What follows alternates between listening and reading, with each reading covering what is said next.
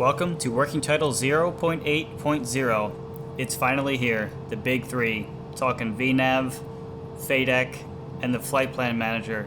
It's so fancy I busted out my recording shotgun mic for this one. Alright, let's get into it. Check the description for the timestamps. Here we go. Let's talk about the Flight Plan Manager. It has been completely built up from the ground up. We are not connected to the original version in any way. This is a lot more improved procedures, so what you type in here should actually match what your charts are saying. And we're actually using the stock NavBlue data. You can modify your approaches at any time. It's not going to spin you all the way back around 180 degrees and all that. You can go direct to any waypoint at all on your flight plan at any time. And we also allow for discontinuities and vectors now. So that's something that will show up on your legs page and all that, and your flight plan page. So let's just go ahead and show you a little example. Let's just go ahead and just throw Boston in here. So we're going to be off the, 27 right here. And Pavel 2 departure. We'll pick SB. Alright, so we'll go ahead and execute that. Now let's check out our legs page here. So you see us, we're going to be off the runway. We've got a fix of 1146, which is actually an altitude. We need to cross above that, and then it's going to be expected vectors. And then we have the discontinuity. So what this is saying is when you depart, basically runway heading, you're going to wait for radar vectors from air traffic control, and they might give you direct to Silva or Pavel, or it depends on the situation. But in this case, we can't clear out this discontinuity because then we'd go from a vector directly to Silva, which wouldn't quite make sense. So if you wanted to clear out this discontinuity, you could click Silva and drop it on the vector there. That way it's going to get rid of it. So in this case, we're going to travel directly from this 1146 fix directly to Silva. So that could be something you want to do there. This is a work in progress. There's a lot of little features that we're still going to implement over the next couple weeks and all that. There's a list, if you check the changelog, there's a list of stuff that currently aren't in the game. But we think that it's in a good enough spot right now where it's pretty accurate to the navigation data, and you should be able to fly approaches and shouldn't have really any issues with lateral navigation. So that's going to be a big plus. Let's see. Oops. Let's just go ahead and load in an approach just to show you that as well. So we'll do Roebuck 3 JFK ILS 33 left into Ben. Go ahead and execute that. So we check the legs page. As you can see, it's got another discontinuity here because it's going from Bog, which is the bottom of the star, and then at that star you're going to go into a vector, so you get radar vectored onto the approach. But in this case, let's say we want to go directly from Bog directly to the initial approach fix. We can click Ben, drop it on our vector here. Now you see we're going to Bog, then Ben. Looks good, and we'll go ahead and execute that. Now let's say you wanted to change your approach. Let's say you got in, they did a runway change, now it's 22 left. If you go and load that up, hit execute. Let's check our legs page. Now you see the arrival has also changed, and now we've got the vector into Noli, and everything is good to go. So this will no longer be a problem of having to fly back 180 degrees and all that. And also, if you did this while you're on a vector, it's going to throw in a discontinuity because it doesn't know where you want to go. There's nowhere it's going to connect Noli to, so it's going to leave that up to you. So you could connect this if you wanted to as well. Alright, so while we're here, we can go ahead and talk about VNav now. I know everyone's excited about this one. So I'm going to do a separate little video on VNav, and also we have the VNav guide to go over it more specifically, and you can check the link for that. But in this case, you can do VNav climbs and descents. However, the climbs aren't really, it's more when you have an at or below fix where it becomes an issue. But as you can see here, we have all these crossing restrictions coming into the airport. So we'll just go ahead and show you a quick example of how you can put in your own crossing restriction. So let's say we had, from air traffic control, they said they wanted to cross JFK at, let's just say 280. So you can put 28,000 in there. It'll change the 280. Let's say they said also cross it at 290 knots. So if you put 290 in there, you can drop it on there. Any value below 500 is automatically a speed. So if you wanted to change this to, you want to change an altitude below 500 feet, you have to put the slash in there. That way it would change that. Looks pretty good. And you could do a below and an above, so 28 below and 26 above. It'll put that one in there for you. And that's mostly about it. Just wanted to go over it real quickly. You can see the guide will tell you a little bit more about it, and also the modes and all that in the video. So VNav will support, it'll give you a path all the way down to the runway. In fact, if you scroll to the runway, you'll notice that it's at 66 feet. So what it's taking is it's computing the airport elevation plus 50 feet. So this will take you down on a 3-degree path all the way down to the runway. So if you're at cruise altitude and you got clear down to the star, you could essentially dial in the altitude down to 0, press VNav, and it'll take the path all the way down, and you'd be good to go. So you can adjust this if you want to. You can change any of these values. You can delete them. So that's kind of up to you to mess around with it. And we hope you enjoy that one. It's there's still some little issues here and there. We're going to be working them out as well, but it should be stable enough now that I think you can enjoy it, and I think it's a very much needed addition to the simulator right now. You'll also see this. You'll see it in the video.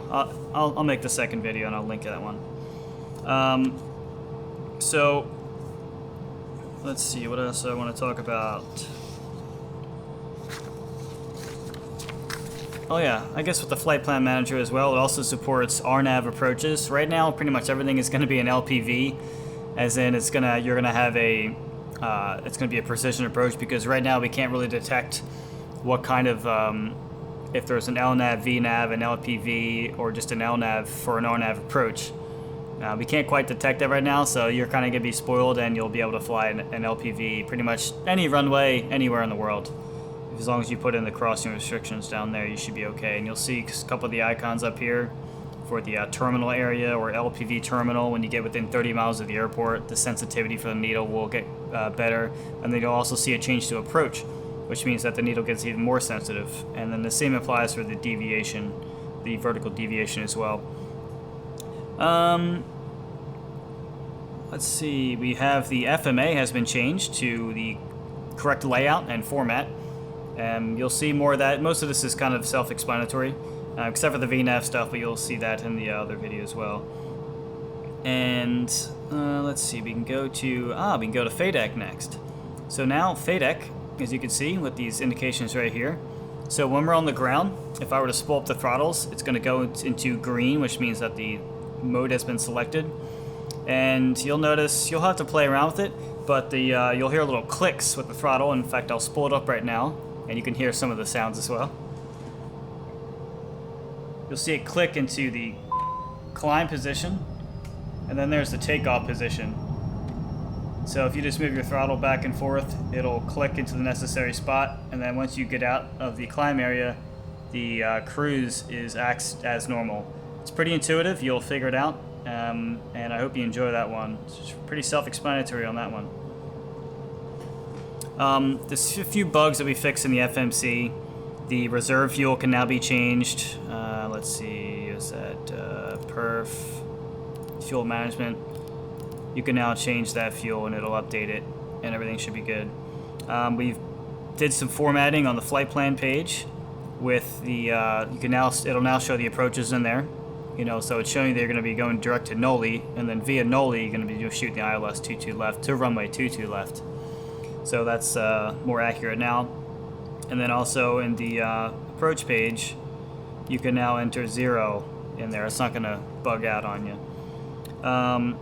We changed the light off for the engines. They should start at 12%. There's still some work to be done on that as far as with it syncing with the sounds and increasing the speed, because right now the engine starts too slowly in the simulator, especially the N1. It doesn't come up quickly enough. So we'll be changing that in the future once we get a little bit better with the documentation on that. One thing I forgot to mention too with the FADEC, if you go into the climb mode, we pretty much have that dialed in right now, so the CJ4 climbs almost identical to what the book would say. So for example, if you're flying to 40,000 feet, it might take you 24 minutes to climb, and we pretty much have it dialed right in. So FADEC is your friend. The PFD, we fixed to Mach hold, so now it should hold at, it's going to automatically transition to Mach 0.64. We haven't quite changed that yet, but when I was flying the real thing, we never climbed at any other Mach value. But you can also change it. We fixed some of the readouts of it. It's not going to show the 3 digits up here and all that.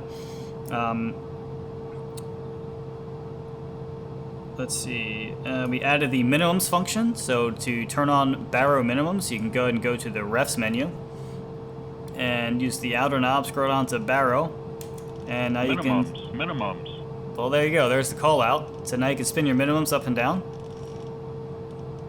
By the way, if you've got a mouse where you can unlock the scroll wheel, it makes scrolling through these knobs a lot easier. Minimums. So there you go. You can set your minimums. I think a lot of people are going to enjoy that one. We have the altitude alerter, which I might be able to get that one to go off now. Let's see.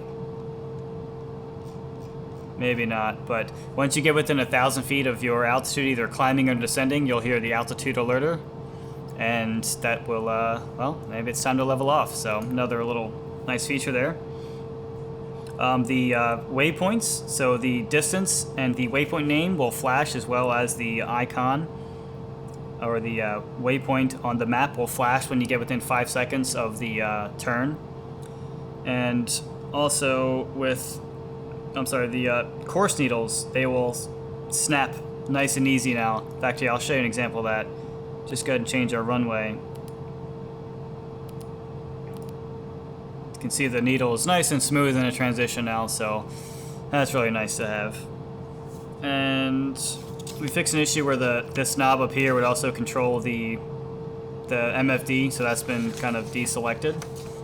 On the maps now, you'll see that if you don't have any flight plan, you'll see where it's going to say no flight plan right here. In fact, I think I can do that right now. Let's see. Nothing yet. No, maybe not, because I had to start from the beginning, but you'll see where it says no flight plan, and then if you fly through a discontinuity without having a fix, going direct to a fix, I suppose, you'll see discontinuity up there, just to let you know. We've updated the map. I should have kept that on there. Let me just throw this back on. So we've updated the map with icons. Whoops. I'm all over the place here. You also see that temporary flights, so fixes you want to go to will not be dashed out, so you can see what's temporary.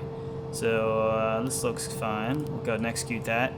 We've changed the icons for the airports, and let's see if I can do this. Whoops. Let's go ahead and cycle through it real quick. I've changed the icons, so we've got every waypoint that is on your flight plan will be the little snowflake icon here, and eventually we're going to put on the correct icons for like VORs and things like that. But right now we have the airports, and then if you go to intersections, you can see that they pop up with the right icon. We also changed the size of the text so you can read it a little bit better. So it's definitely a big quality of life improvement right here. We have, let's see, that's pretty much that. So next thing are the sounds, which I think you can hear them. There's really not much to say about this. You're going to hear them when you're flying around. We've pretty much changed most of the stuff you're going to hear. We've changed all these buttons if you can hear them. So I've recorded all these sounds from the real CJ4. So you've got three sets of buttons. You've got these hard buttons right here, and you've got these soft buttons. They're kind of hard to hear, but you wouldn't really even hear them in flight anyways. You've got the auto pop buttons, which are the hard buttons as well. And then you got the FMS buttons, which are very snappy. So some improvement there.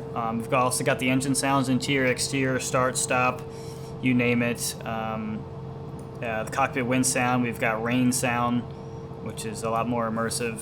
These are all work in progress as well. We're going to do more improvements of them as time goes on, but I guess I'll let you hear a little listen.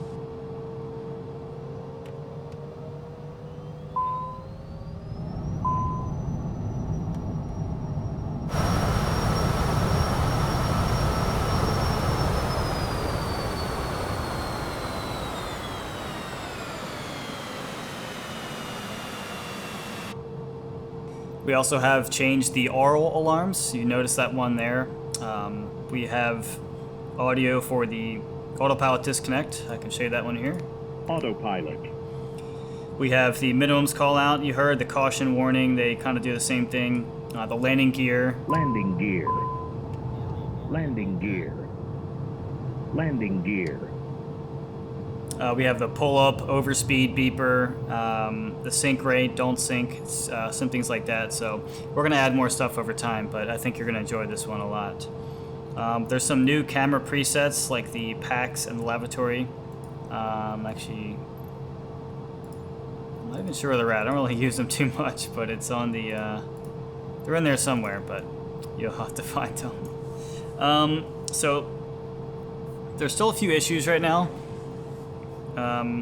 Some of the navigational things, we don't have like holds or procedure turns in there, or intercept the course capability. You can check all that on the changelog, but sometimes the course might not be right on. We're still tuning with the autopilot, and you might notice in some approaches where there's really tight turns, like an RMP approach to like RNAV 19 into DC, sometimes it might not be able to turn quick enough. The autopilot's just a little sluggish for that, but if you were to just click off the autopilot and hand flat, you shouldn't have any problems at all. So this is just a little quick review. A lot of this stuff here, this video is really not too in-depth. I think a lot of this you're just going to notice when you start flying the thing. You're going to see it's a vast improvement, and we hope you have a lot of fun for this one. A little early Christmas gift. I'm glad we were able to get it out before the new year, and I look forward to working on more features. So have fun with this one.